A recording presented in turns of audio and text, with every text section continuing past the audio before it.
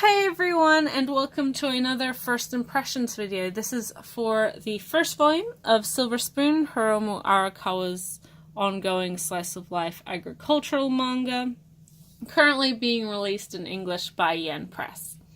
Now, if you don't know anything about this series or this author, I would encourage you to watch the anime adaptation of this series. That is how I was introduced to the series, and it is a great show to watch. It's on Crunchyroll, as well as having been released on DVD by Aniplex. Hiromu Arakawa is probably most well known for her Full Metal Alchemist manga, the classic shonen battle series. This is not that. This is a very different, down-to-earth, slice-of-life comedy coming-of-age manga. But in saying that, this is no less good than her other series. Arakawa has personal experience. She grew up on a dairy farm, so you can tell she really does know a lot about the setting that she's put these characters into, and I'm sure she has plenty of experiences that she's incorporated into this book. But we follow Hachiken, our main character, who's on the cover here, as he enrolls in agricultural school. He's from the city, really doesn't know anything about farming, but he doesn't know what he wants to do, and really wants to escape from the pressures and the expectations that living in the city and living with his family implies. So he chose this school because it had a dorm, so he didn't have to go back home. And his teacher really did encourage him to choose a school, mainly for him to find himself and find what he wanted to do.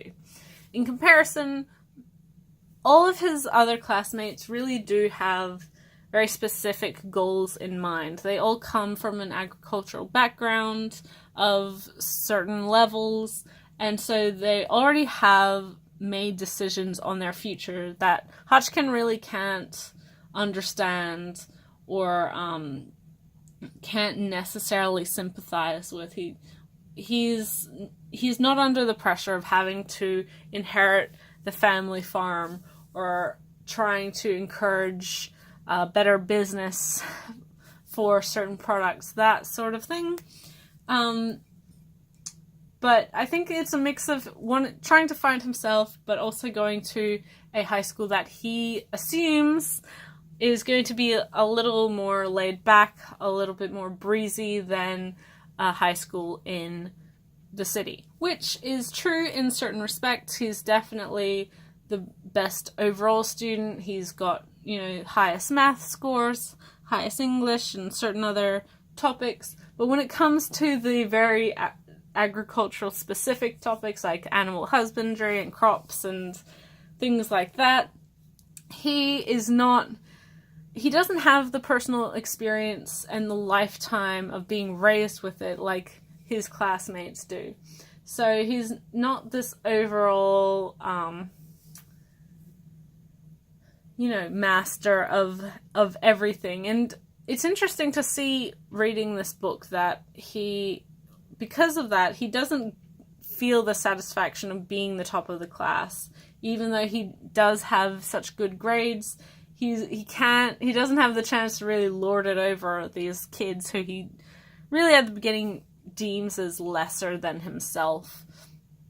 Coming from a Western perspective, it's interesting to have a main character like this that really has no comprehension of where his food comes from in certain senses. Like, I'm sure he knows that eggs come from chickens, but that he doesn't really fully realize what that entails about chickens laying eggs and having those eggs come from the body.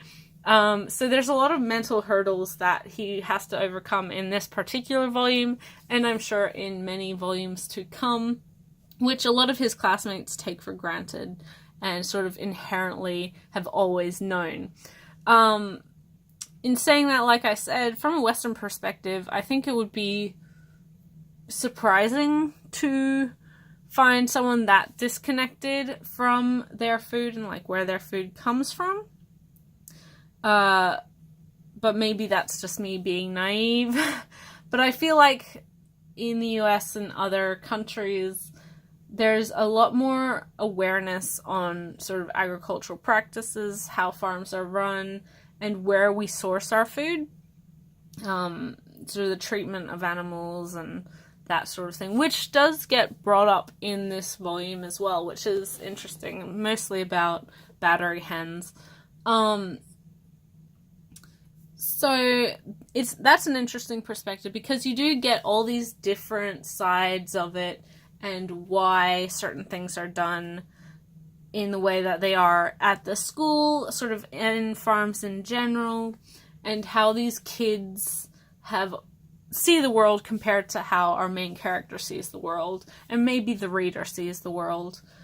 The most interesting part of this book, in my opinion, is the draft horse races, which is not something I've ever seen outside of Silver Spoon, so I assume it's not hugely, like, a widely known thing. It seems very Japanese and maybe European, compared to a typical horse race. So even if you are more familiar with farming, it doesn't mean that this manga has nothing for you. In fact, it might have a lot of interesting stuff that you've never really thought about.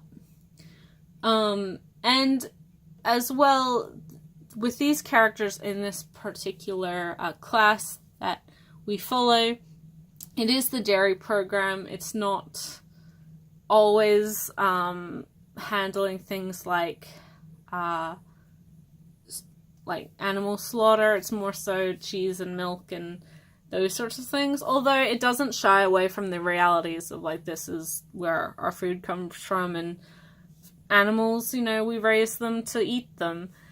So yeah, personally, I really, really, really enjoy this manga. It has a very blunt truth to it that I think a lesser manga would shy away from a little bit and not necessarily have their characters confront.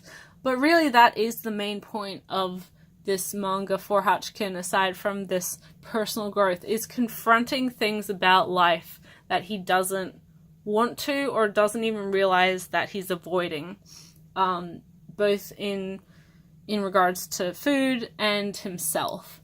So it's a great, great first volume. I will say, and I thought this with Fullmetal Alchemist as well, the comedy in this first volume is quite heavy-handed and doesn't really fit or land all that well all of the time. But because I do have personal experience with this particular series, I know that it gets better, so I'm a little bit more forgiving. If that's the case for you, and you don't necessarily think it's all that funny in this first volume, maybe give it a couple volumes to really connect with you. Like I said, it does improve quite a lot, and with Fullmetal, the same thing.